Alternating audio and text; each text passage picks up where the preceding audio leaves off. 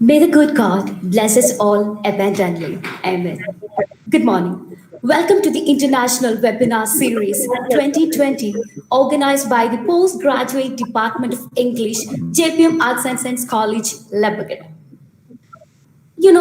Every day or every morning is like a new page that which we add to our life story. And I'm sure that we might have begun this day with numerous thoughts. Why can't our thoughts be wonderful? Or else, so that by making it wonderful, we can make our day something great. To make our day great, we have a most esteemed personality as a resource person for this first day of our international webinar series. It is none other than Dr. Thomas Palakeel, Associate Professor of English, Berkeley University, United States of America. And proudly, he's an Indian. And currently at Broadly, he teaches fiction, screenwriting, argumentative writing, British literature, and literatures of Asia. His fiction and non-fiction have appeared in several anthologies and in Journal of Modern Literature, Manua, Yatra, and Christian Science Monitor, and so on. Still, he's a research person, and today I'm damn sure that it is going to be a wonderful day, and we are going to ignite our mind with a knowledge. And in JPM Arts and Science College, it is abbreviated as John Paul Memorial College. And we are very much lucky to have very esteemed, very energetic person as our principal. With great love and honor, would like to welcome Dr. V.V. Chorchikuti, Principal, JPM Arts and Science College, for the welcome address. Welcome, sir.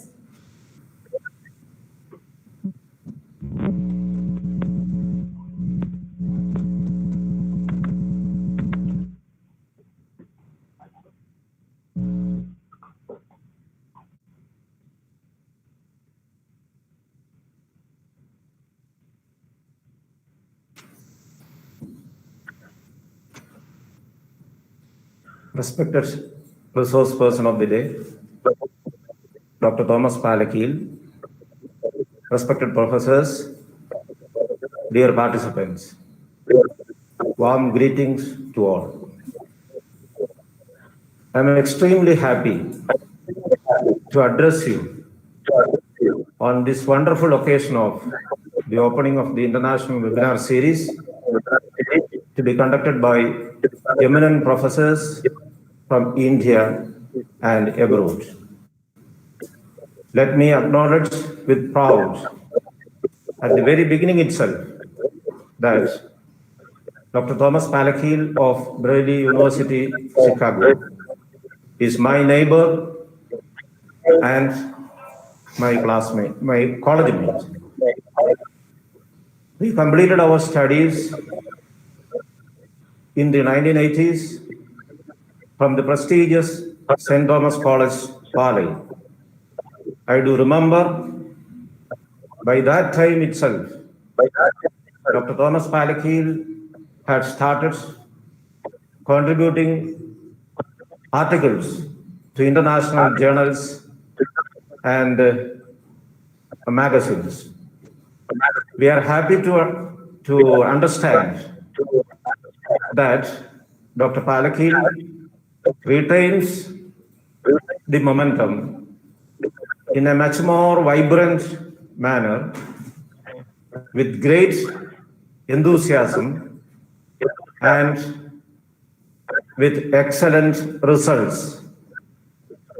We understand Dr. Palakeel is one among the most sought after professor for his students in Berkeley University, as witnessed by the feedback pages on Google. On behalf of the students, staff, and management of John Paul Memorial Arts and Science College and group of institutions, and also on my personal behalf, respected Dr. Palakeel, I welcome you to this international webinar. Yes, we have participants from 25 states and 4 union territories of India, and also participants from foreign nations such as Italy, Indonesia, and Saudi Arabia. I wholeheartedly welcome all the participants from abroad as well as from different parts of the country, India, to this international webinar. I conclude. Thank you very much. Over to Dr. Palakeel for this session. Welcome, sir.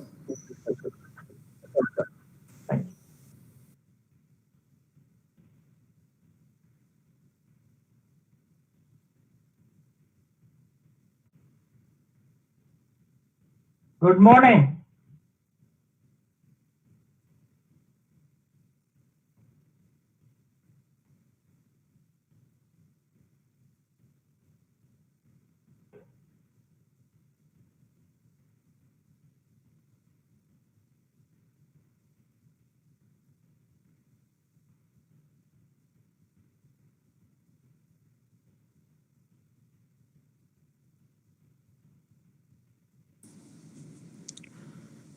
So you can start your session now. Okay. Are you able to see the PowerPoint?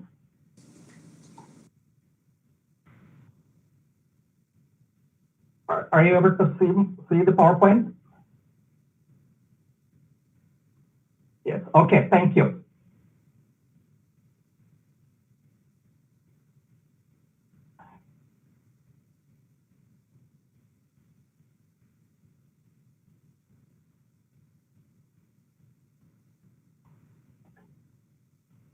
Good morning. Good morning, John Paul Memorial. It is 10:30 p.m. here in America. If I fall asleep, please give me a digital wake-up call. Just kidding. I am so happy to be with you. Right at the onset, I want to thank my dear friend, Dr. George Kuti Bibi, and the many professors I have already worked with, Dr. Rosanna Davis, Vijay Prince, Dr. Abhijit Divakar. To everybody, my gratitude, and I'm deeply delighted to join you. I will be speaking primarily to students. From the list of participants, I realize that professors and scholars and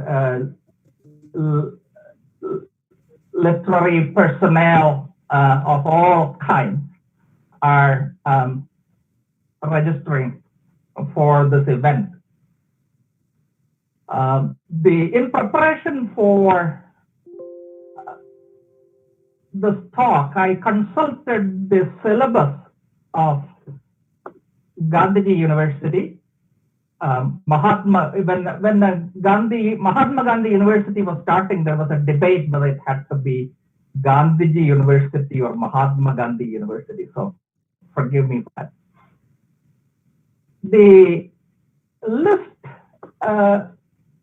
of readings seem to be weighted heavily in favor of theory.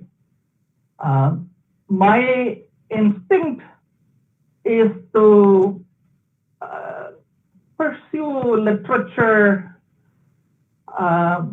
read for company, for understanding, for engaging the private and the public. So in that regard, I will be short on theory, but I will try to touch on several of the most important names that appeared in the syllabus.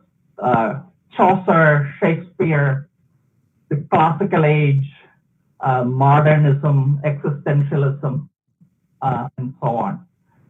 And I also, if time permits, I would like to spend a few minutes on Albert Camus' novel, The Plague, which is very timely. If you are able to see the PowerPoint, the title of my presentation is Contemplating Adversity. I want to say that everything I'm going to say today can be summarized in one sentence, that literature can console us in the long road ahead. Literature, in a way, I would say that all literature is contemplating adversity. If you think about the book of Job in the Bible, it is basically a contemplation of endless adversities faced by one human being. A good man lost all his cattle, all his workers, servants, they all died. His family members started dying. He lost all his wealth. And then his whole body comes down with the pustules of a plague, plague-like symptoms. In the Bible, it is said that his own clothes hated him. His clothes were disgusted with the rottenness of his body. That is contemplation of adversity.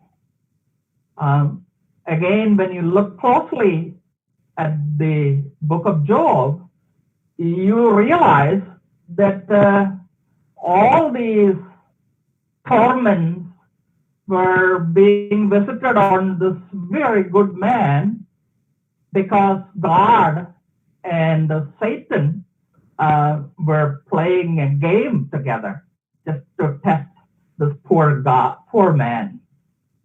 I will come back to book of Job as we progress. But all I want to say at this point is that all literature is about adversity, about trouble, about the tragic. As you know, tragedy is considered as one of the major genres, but it is also a philosophical category, the tragic imagination. The tragedy is the inevitable result of human vulnerability, mortality, and all that is incomprehensible, all that is unspeakable, are contemplated in tragic literature. So my point in this presentation is that literature contemplates adversity, but also consoles those of us who are enduring hardships, suffering, death all around us today. In the last few days, we have been seeing endless suffering in Kerala, everywhere. The whole world, actually, the number of COVID patients have crossed 2 crore, and the death is piling up. So what is a way for human beings to counter adversity through imagination, through literature? If you look at this slide, you see very common wedding vows. I trust that every Christian denomination and also any religion tradition all over the world would have a version of this wedding vow. I promise to stand by you in happiness and adversity, in richness or poverty, in sickness and health, all the days of our lives. This is how human beings, early on in our civilization, found a way to overcome adversity and sickness by making a promise. Anthropologists think that marriage and fidelity are civilization's earliest breakthroughs, probably the very first invention, which has enabled us to flourish, to use a Socratic term, eudaimonia, human flourishing as a goal in life. In the wedding vows, we see an imaginative expression of the great goodwill of humanity. If you think closely, you can see that this is how love is created. Love doesn't really exist philosophically as an essential quantity or a quality. Love has to be made, by human beings promising to each other that we would be decent, we would help each other in sickness and health and flourish. I also want to mention this tiny detail I learned recently, that in the ape communities, the apes were never able to grow beyond the 120 members in their colonies. Look at human beings, what they have done with this kind of promise.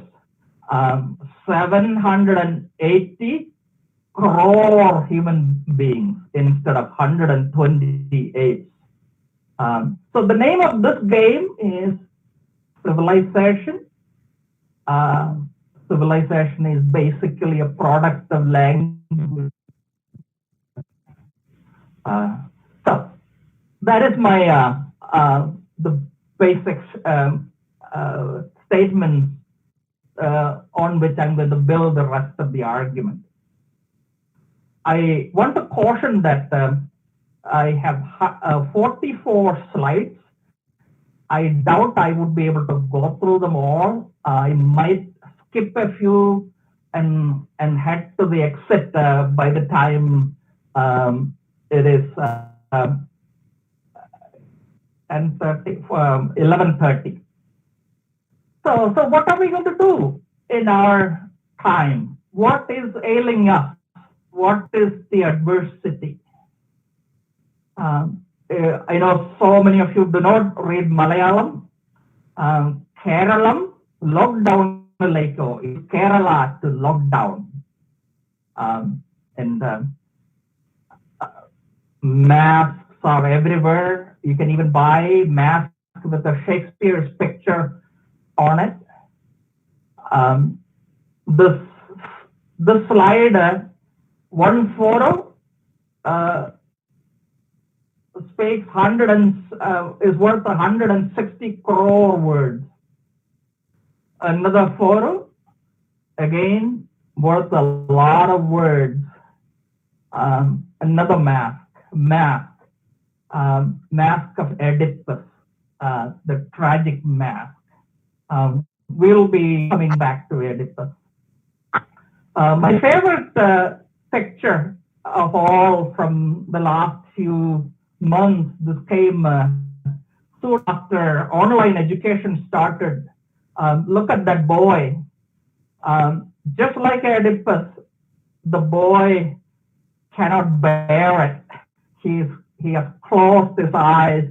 His grandma is doing the learning for him. I don't know about you. I think I am like that boy. I think I am that boy. I cannot bear with the incomprehensibles and the unspeakables of this pandemic. So I'm going to move slightly faster. Again, this is the reality we are facing. The mounting numbers, statistics, we all fear being reduced to statistics, right? Reduced to be vanished into a mere number. Live updates, these numbers keep mounting. This should be called a dead update. That's how bad it is. So the first writer I want to showcase here is someone who faced a similar pandemic, a plague, in the year 166. If you look at the dates, 121 to 180. So the 2nd century after the birth and death of Jesus. Marcus Aurelius is considered one of the greatest philosophers, although his day job was being the Roman emperor. When he lived, he was arguably the most powerful human being on earth, perhaps with the exception of Emperor Juan of the Han Empire, which was also in its height. In fact, this plague had arrived in the West from the Han China, and it is estimated that 50 lakh people died in the plague. Marcus Aurelius' doctor, the famous doctor of antiquity, Galen, traveled to Rome to help the emperor. This emperor has a kind of personal connection to me because the first time I visited Rome, I went looking for him in the museum and found the emperor as a 17-year-old, maybe 18-year-old boy among about 200 young Romans. When I was his age, growing up in a small town, Tirdanada, somehow a copy of his book, Meditations, landed up at our house. And I didn't know much English, but this passage I was able to recognize and understand. When a loaf of bread comes through the fire, the crust cracks open, contrary to the purpose of the baker. But these cracks are so beautiful and pleasing, they stir our appetite. And figs, when they are ripe, gape open, and olives on the point of falling, the shadow of decay gives them a peculiar beauty. I think I understood what he was saying. I was a person, a young boy who was secretly suffering. Many failings I had.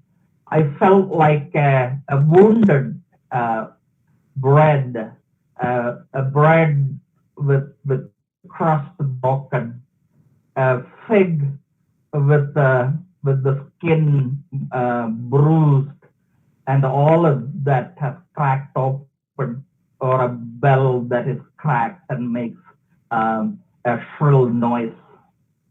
So at a very young age, a few lines in Emperor Marcus Aurelius's meditation brought me great comfort, and I began to appreciate my failing, and I began to think of myself as a cracked bell, a cracked bread, a bruised fruit.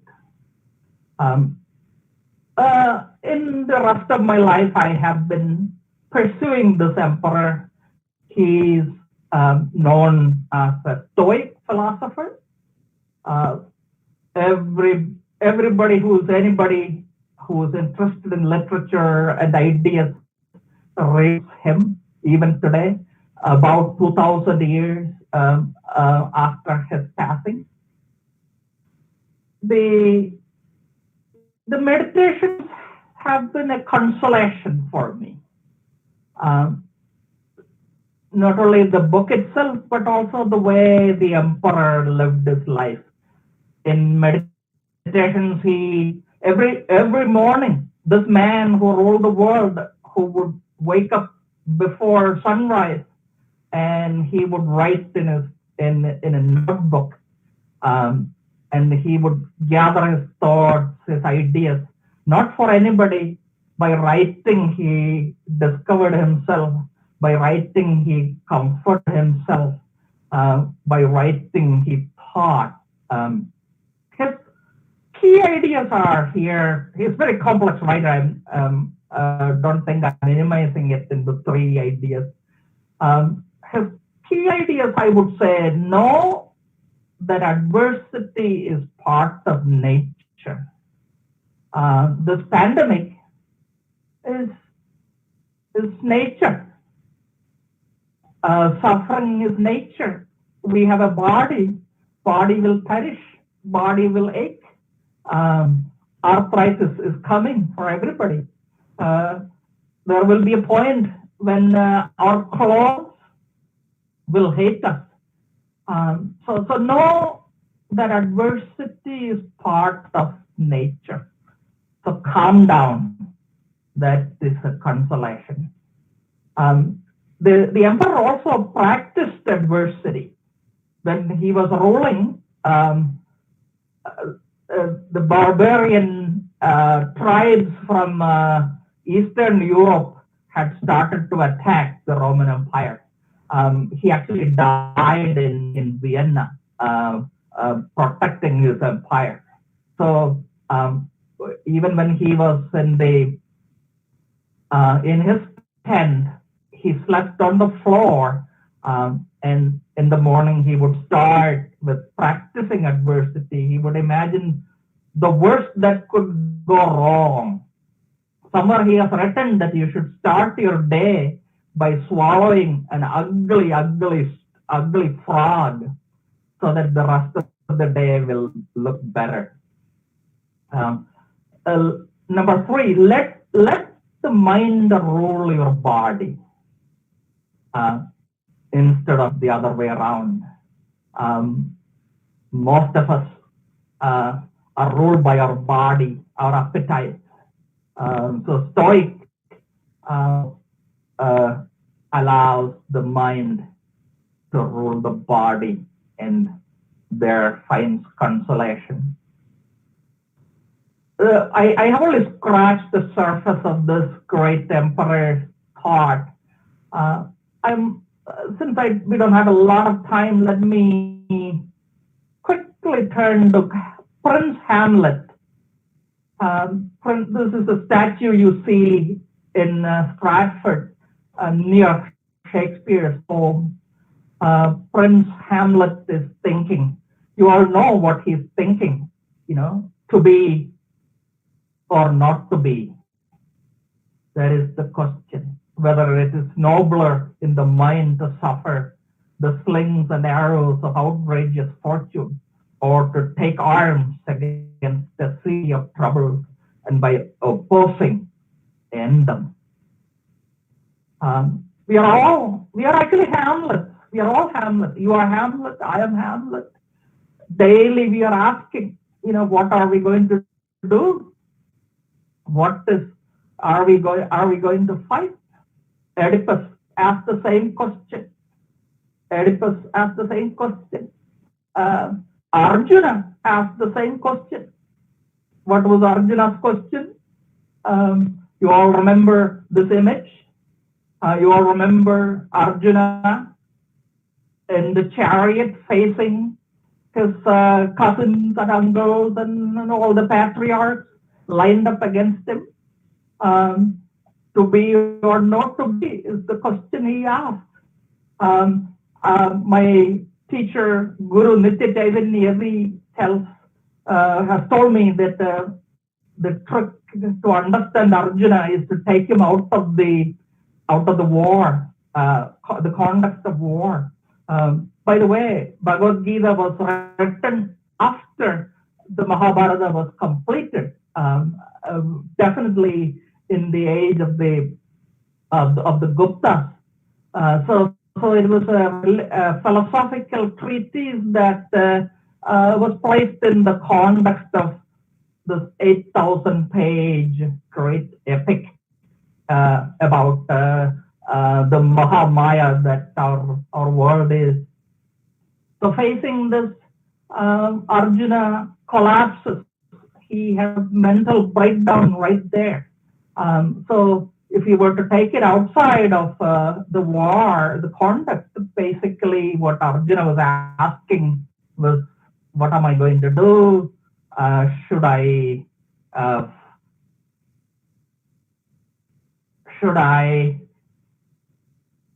fight, take arms against the sea of troubles, and by opposing end them? The answer that is given is, actually he was asking whether he could leave the world of duties and work and the obligations of daily life instead of facing it, whether he could go back into the forest where they were in exile, forest and hermitage, in a way going back to vanaprastham and the sannyasa stage. Krishna says it is all right for that kind of person to go back into the forest, but not for you. Your duty. You're not just anybody. So many thousands, hundreds of thousands depend upon you. So you cannot avoid this duty. You have to fight. You have to take up arms and try to end opposing end them. And we know the rest of the story.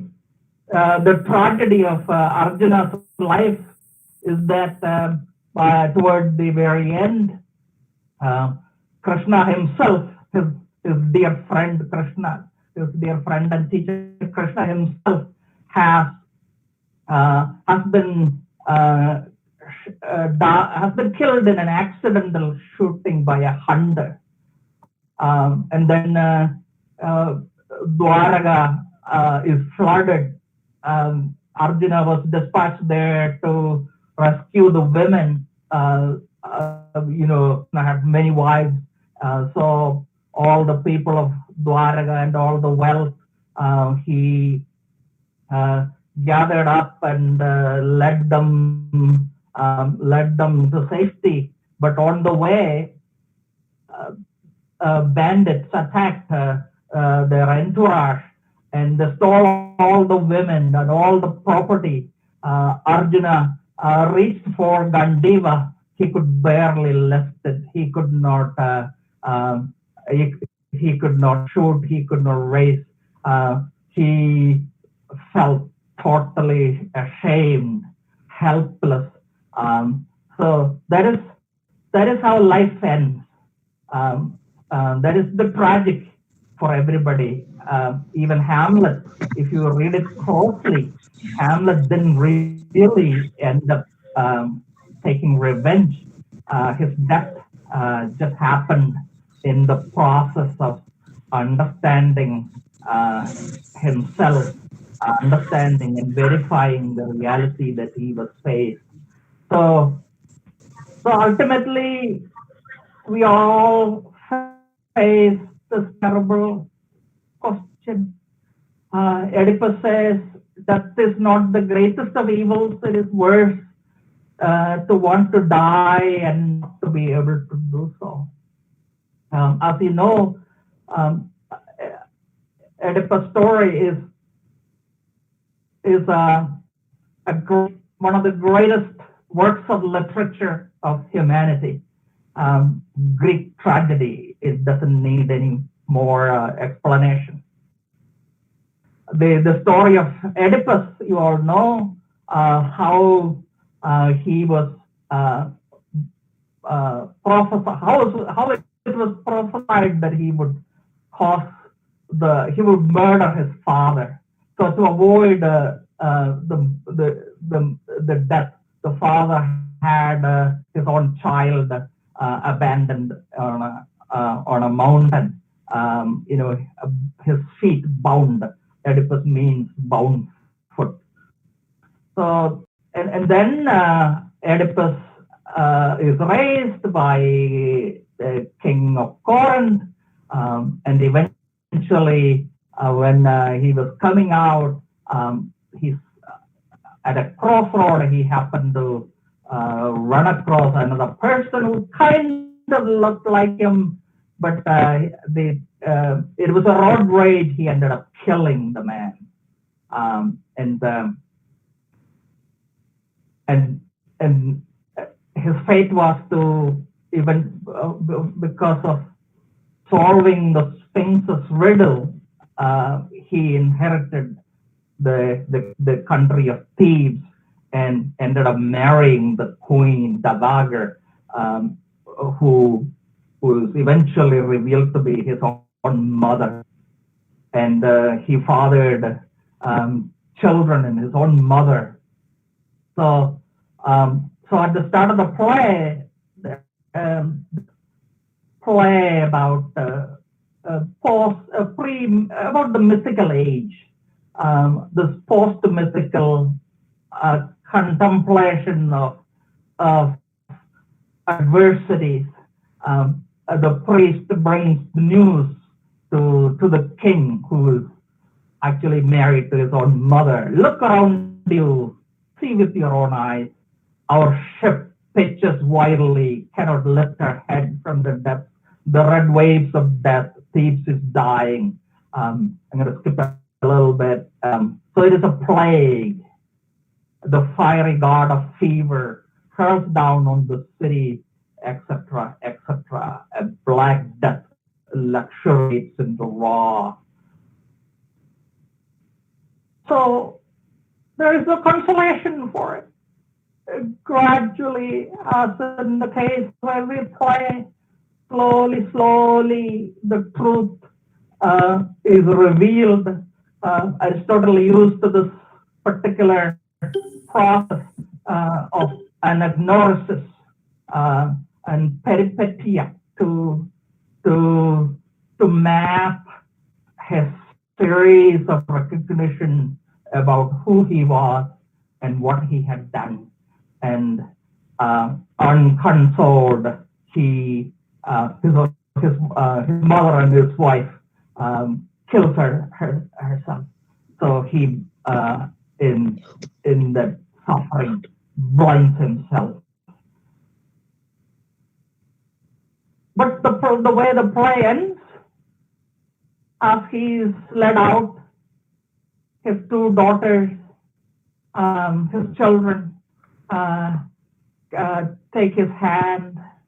So in the middle of this horror, this man finds meaning in life and happiness, which is the gist of all tragedy. The tragedy can bring us dark knowledge. I am going to switch from the Greek tradition to the Roman tradition. Seneca, again, if you look at the dates, he was born in the year 4 BC, Jesus was born in 4 BC. So both these guys were born on the same year, 4 BC. Seneca was born in Cordoba, in Spain. When I traveled there, I looked around for signs of him and found a huge, larger-than-life statue of him. Seneca is going through a great renewal all over the world right now. There was a renewal of Seneca during the Renaissance. It so happened a young man named Shakespeare read 10 plays by Seneca, which was published out of the Renaissance tradition. And Seneca's plays influenced Shakespeare to write the Hamlet and all the revenge tragedies. Seneca is now remembered as the preeminent Stoic philosopher, just like Marcus Aurelius, who would come later. As long as you live, keep learning how to live. That is Seneca's idea. By the way, Seneca is mentioned in Hamlet. Polonius says, Seneca cannot be too heavy, nor Portus too light. You may remember. The reason I brought Seneca and the entire Stoic tradition, which would continue throughout the Middle Ages all the way to Renaissance, and now in the 21st century, Stoic tradition is enjoying a great acceptance. Consolation of Philosophy by Boethius is another work of that nature. Boethius was one of the, Boethius could be considered the last Roman before the Middle Ages sets in. He was caught in a conspiracy and he was faltered. And so when he was waiting for his execution, he had a dream that Lady Philosophy came to his bed and comforted him. So writers all over the world still read Chaucer translated Consolation of Philosophy, Queen Elizabeth translated Consolation of Philosophy. Beowulf could very well be King Alfred's version of Consolation of Philosophy, the ideas in it. So a lot of thinking going on in this particular genre of literature called the consolatio, consolation.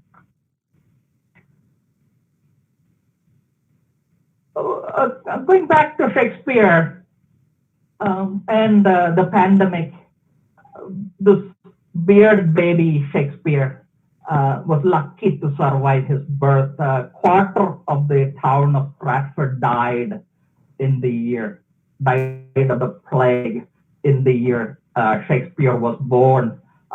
You are seeing on the right the baptismal register, all those names alongside names. The cause of death is mentioned. It is the pandemic, the plague that struck them. I'm just skip some of these details because of the lack of time.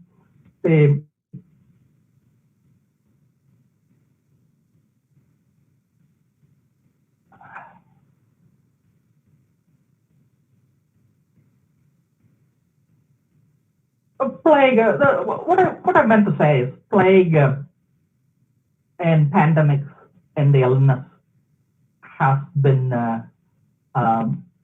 subject matter for literature throughout the ages.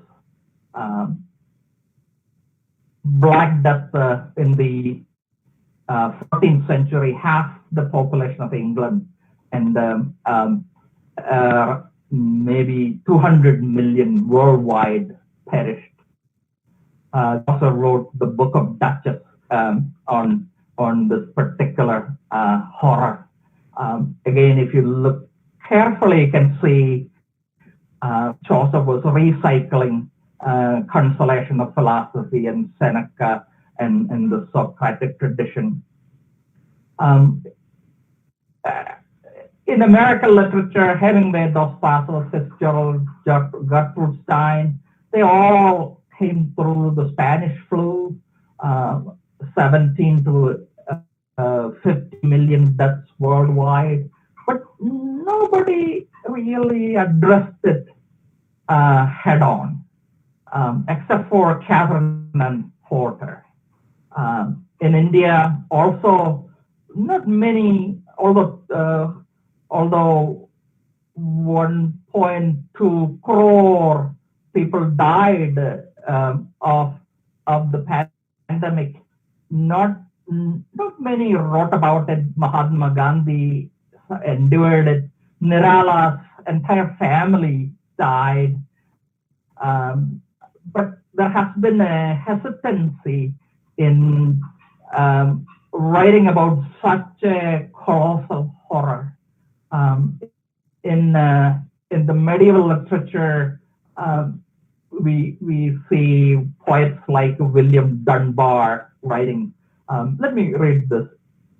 It's called The Lament for the Makars, Lament for the Makers, or Lament for the Poets, basically. This is Middle English, before English as we know it. I that in high-west and gladness am troubled now with great sickness and fiblet with infirmity.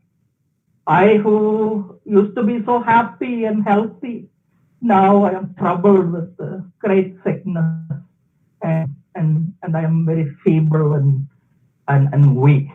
The famous refrain is Timor mortis condurbat me, Timor mortis condurbat me, Timor mortis condurbat me. It's a very long poem. It basically lists all the great writers who are all swallowed by death. He has done impetuously devoured the noble Chaucer of Macare's flower, the Monk of Berry and Gower, all three Timor mortis condurbat me. So lamenting about death, does that help? Does that help? Is it a comfort? I'm not going to read this. Chaucer's Book of Duchess has laments about death. And in our own time, Susan Sontag has written a very important work regarding the pain of others. This is a series of statues you can see in downtown Dublin, commemorating the Irish famine, looking at regarding the pain. Is regarding the pain enough? Is lamenting enough? Is it hard to look straight at pain? You know, I mentioned that Hemingway, Dos Passos, they all avoided the topic. They could not dare to talk about it. In India, you are Anandamurti. Samskara is the only work that I know that deals to some extent with the pandemic.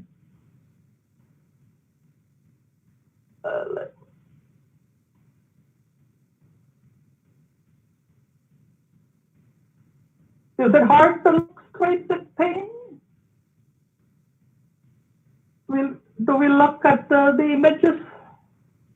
Can we bear to endure it? I have gathered some statistical material about the famine that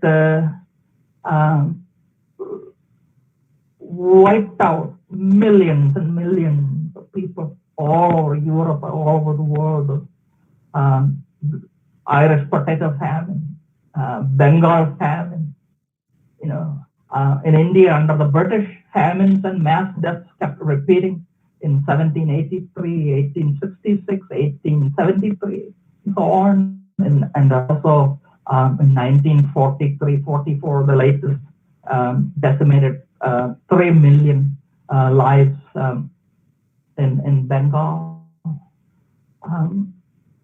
So how do we reconcile? How do we find consolation? How do we reconcile horrors like this tragic that we need to face daily? Unlike a poet or artist, the economist Thomas Malthus published an essay on the principle of population.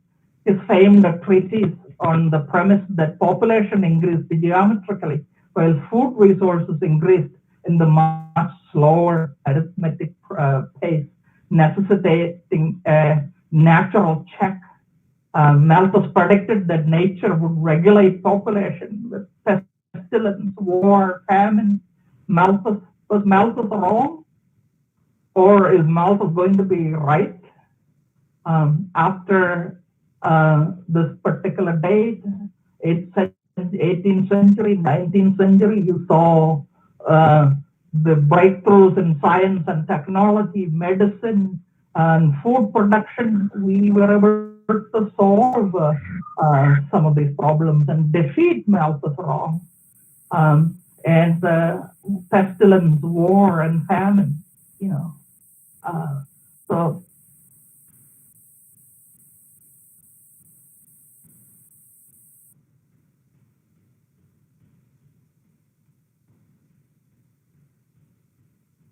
going back to that topic about our contemplating adversity and the extent of adversity and the inability for writers to really stare at the reality.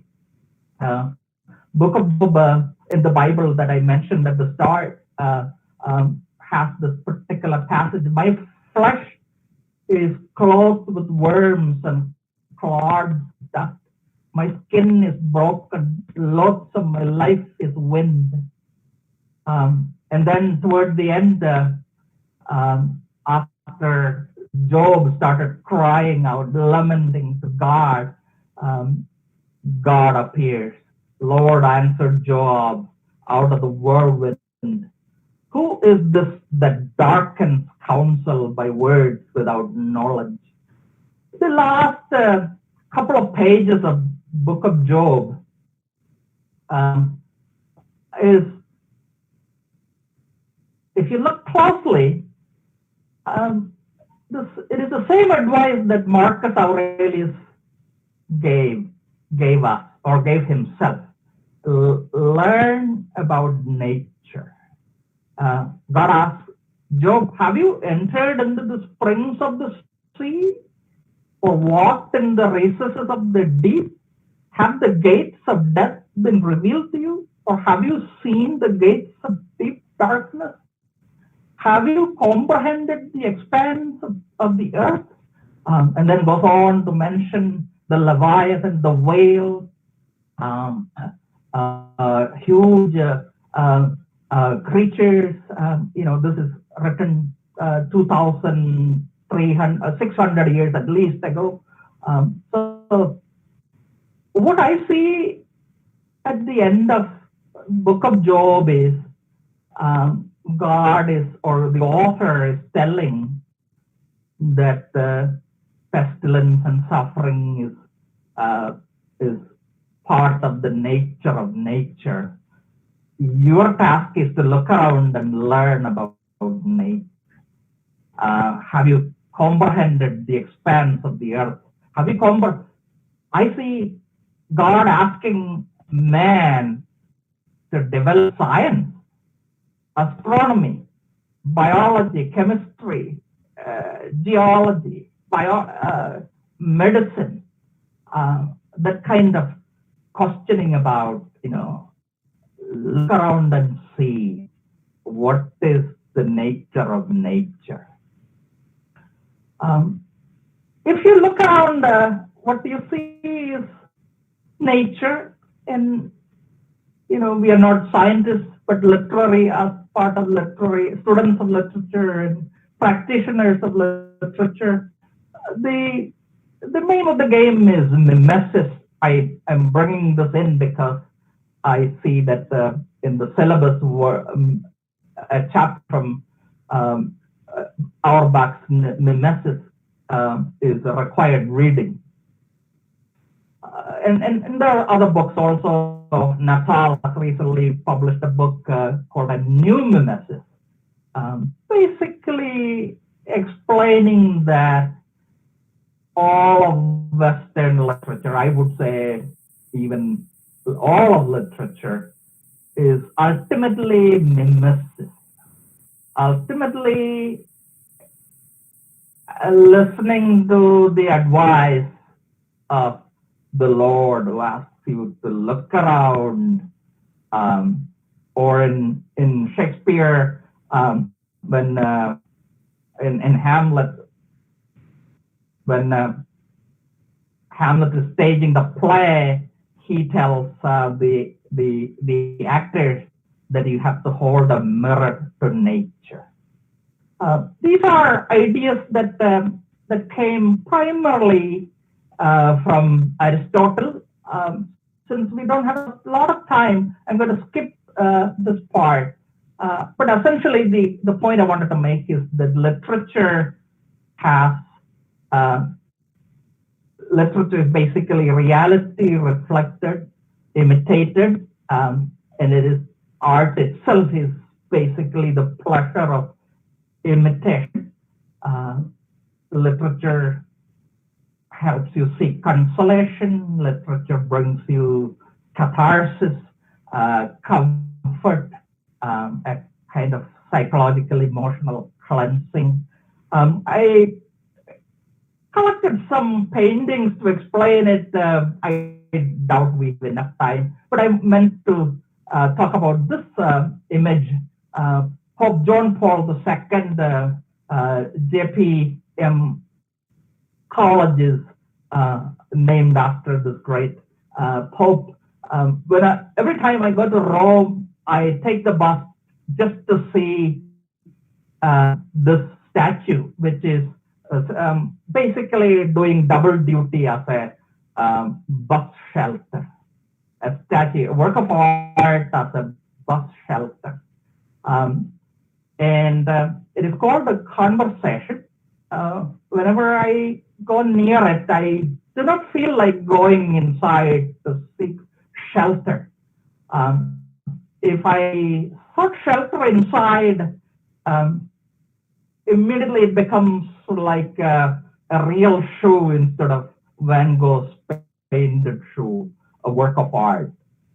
So honoring the work of art, I refuse to go in and seek shelter. Instead, I find comfort in the conversation and in the presence of this statue of this great man. It is in that spirit I want to briefly discuss Albert Camus, who is being read all of a sudden everywhere. Everybody is reading The Plague. I mentioned that so many other writers refuse to write about the plague, feeling vertiginous in the presence of the horror. But Albert Camus, in this 1947 novel, The Plague, he captured it. But the plague he had in mind seems to be the Nazi plague. So a pandemic could be political. It could be a combination of so many of our depravity failings. I just read The Plague. It offers great healing and consolation. If you may have recognized that so many of the works I mentioned is ultimately about healing and doctors and the need for medicine. In the play, the hero is a doctor named Bernard Rieu. He suddenly recognizes that thousands of rats are dying. Then a patient dies. Then more deaths occur. And suddenly there's a journalist and a man named Theroux shows up. So the point of the great novel is that human beings suddenly faced with a colossal crisis. And in the spirit of existentialism, which is a philosophical belief that human beings are alone in this world and that we have to find our meaning and construct our meaning, and we have to redeem ourselves. In the essay, The Myth of Sisyphus, and the essay, The Absurd, Camus has created elaborate context for existentialist thinking. I would say existentialist thinking is modern Stoic philosophy. The goal is to do your duty. In that sense, Arjuna is also he decides to do his swadharma, his duty, instead of running away. The story of myth of Sisyphus, you all know. A man named Sisyphus, he is like Prometheus from the mythical age. If you remember, Prometheus and Sisyphus are both titanic figures who tried to help human beings. Prometheus stored fire and gave human beings and helped the creation of civilization. Sisyphus gave water from the heavens to human beings and helped the civilization. Sisyphus also tried to imprison death and defeat death. Defeating death is our goal even today, right?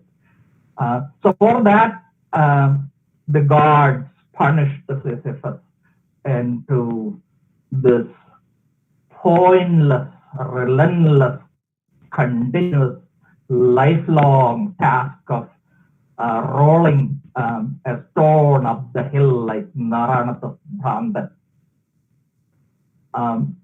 The point that Camus makes in the essay is that is us, human beings in modernity.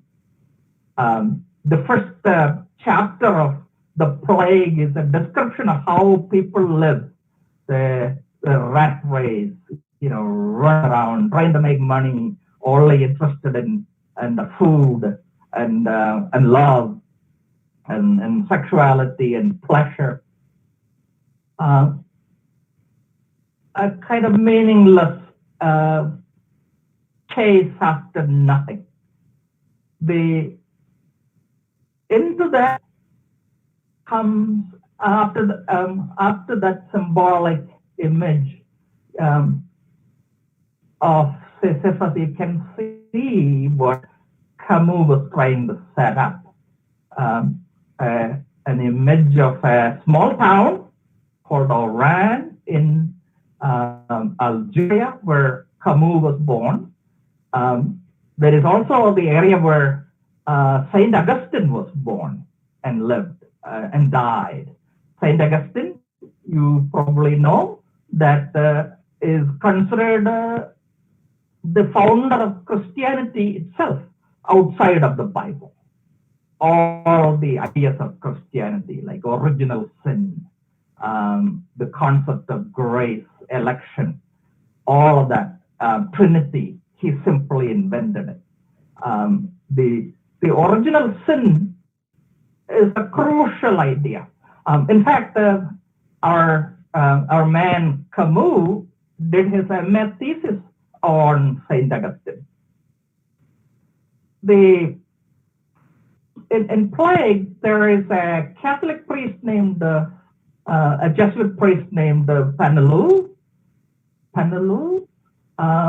who gets into action alongside Dr. Bernard. Bernard and his friends start setting up a system to help the patients. The government basically declares martial law, but in the middle of it, these men, in the spirit of existentialism, not motivated by religion or anything, they get to work, and they work and work. People die all around them. In the middle of it, Father Penello gives a rousing sermon, which is basically the ideas of Saint Augustine, that it is a punishment. The plague is a punishment, and put an end to the kind of life you are living. To some extent, the priest also lends a hand in this serving, because that is his religious motivation. The great crisis comes when a child dies. So the central event of the novel is the death of an innocent child. Why does God allow the death of an innocent child? The sermon was God punished. How, in what way did this innocent child deserve it? After the death of the child, the priest delivers another sermon. He has a crisis, an existential crisis. This is, and he reiterates his faith and claims that God's ways are larger than what we understand. And in the process of his lamentation, he dies, not from plague, he dies of heartache. I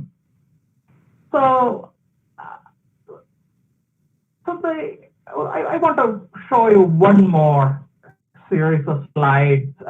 Many of you may have heard about this book, about a doctor, since we are talking about pandemic and healing, the need for doctors and consolation. This is a worldwide bestseller, this book, When Breath Becomes Air. Paul wanted to be an English professor. He did BA and MA in English. Then he went on to become a neurosurgeon. But at the age of 36, suddenly he came down with cancer, and 2 years later he died. And as he was dying, he went back to his books, literature books, Solzhenitsyn, Cancer Ward, Tolstoy, Nagel, Woolf, Kafka, Montaigne, Frost, Greville. I will end with this quote from this great book, When Breath Becomes Air. When Breath Becomes Air. You could see the days blew dark and halfway across the sky, and to the west, the night remained yet unconquered, pitch black, stars in full glimmer, the full moon still pinned in the sky. To the east, the full light of day beamed toward you. To the west, night reigned with no hint of surrender. No philosopher can explain the sublime better than this, standing between day and night. It was as if this were the moment God said, "Let there be light." You could not help but feel your speck-like existence against the immensity of the mountain, the earth, the universe, and yet still feel your own 2 feet on the tap, reaffirming your presence amid the grandeur. This book is simply sublime. I know in the syllabus, students have read on the Sublime by Longinus, and the essay on Sublime by Edmund Burke. This is an experience of death. As death draws near, he looks around exactly the way God asked Job to do. Look around and see the sublime that is so large, so much of the grandeur of it.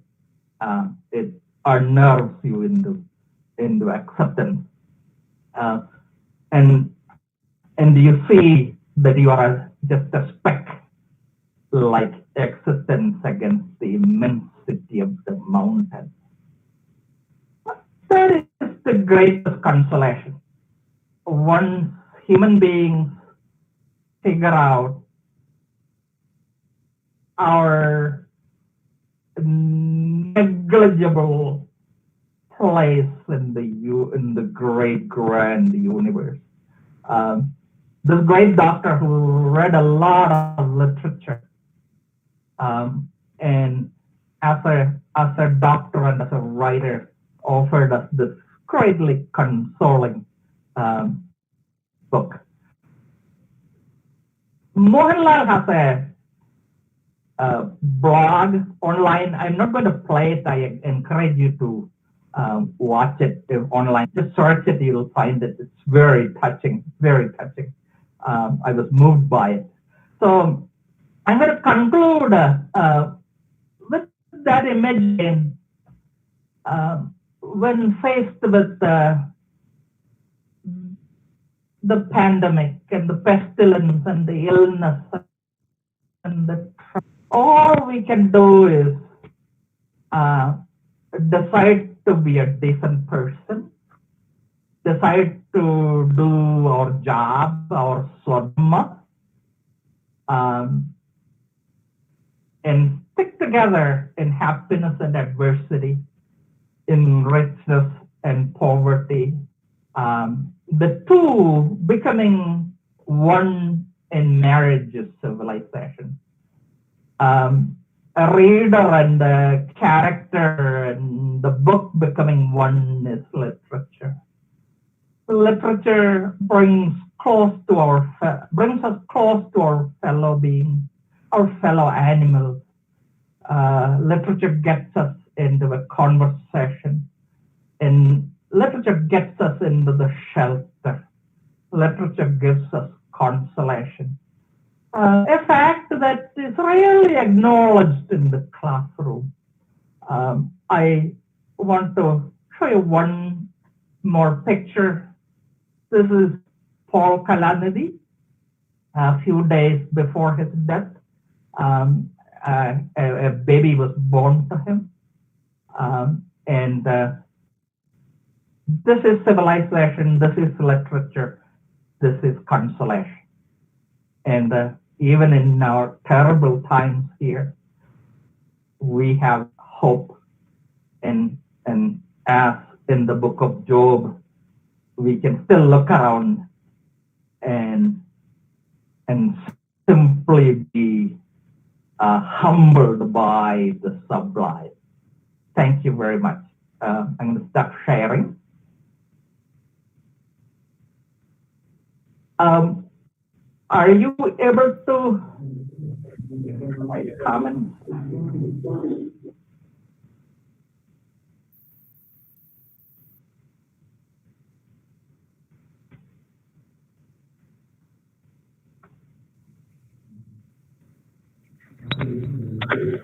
Sir, Go ahead. can you hear me? Yes. So we have a question. Thank you. Do you consider this global pandemic to be a retribution by nature for the excessively selfish, callous attitude of human beings towards her? That was the question the Jesuit priest raised in the play. The answer is yes and no. It is not a supernatural punishment. It could be a natural punishment. It could be nature punishing us. Nature, we are still left at a loss about the nature of nature. We understand a lot, cosmology, chemistry, physics, but we are just an animal.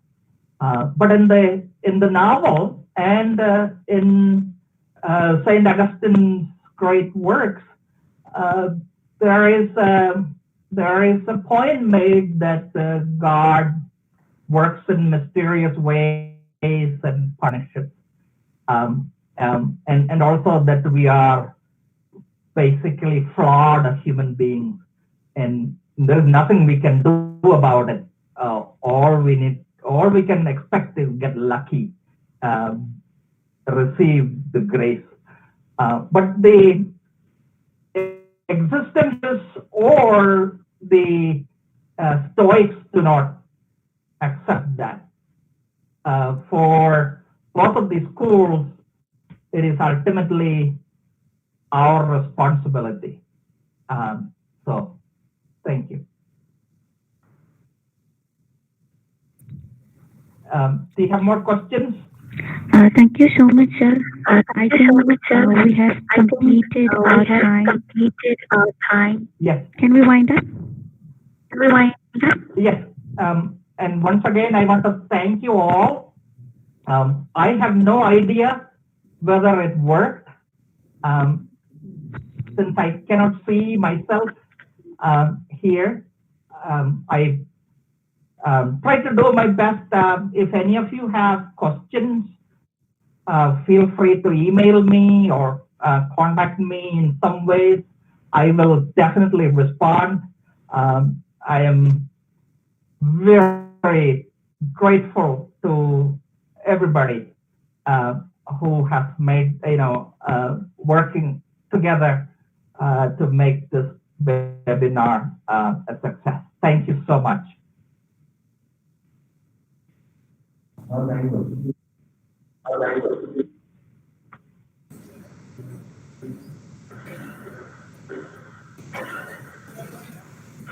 Distinguished speaker, respected principal, and dear participants. On behalf of the Department of English of JPM Arts and Science College and the organizing committee, I feel immense pleasure to take this opportunity to propose a word of thanks to our eminent speaker of today's session, Dr. Thomas Palakeel, Associate Professor of English, Bradley University, USA, for his talk on Contemplating Adversity. Thank you, sir, for your insights today. I'm sure everyone now has one more understanding of the ability of literature to contemplate adversity. I particularly liked the way you started from the wedding vows. So once again, thank you very much. Now, I would further extend a hearty thanks to Reverend Father Joby Villa Palakeel, the manager, JPM Educational Institutions, and others who belong to the management for giving this wonderful opportunity to organize an international webinar series.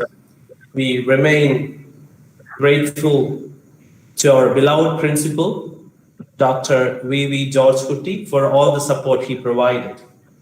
I keep on record my indebtedness to Professor T.R.S. Iyer and Professor Rosanna Davis, whose unconditional support gave us strength to overcome barriers in conducting this webinar. Let me express my gratitude to all the staff of the college, especially the control center managers, for the ongoing support to conduct this webinar series successfully. Last but not least, my sincere thanks to all the participants, including professors, research scholars, students, and others from different states of India, as well as our international participants who chose to be live with us and attend the webinar. Once again, I thank you all for being with us, to be with us for the coming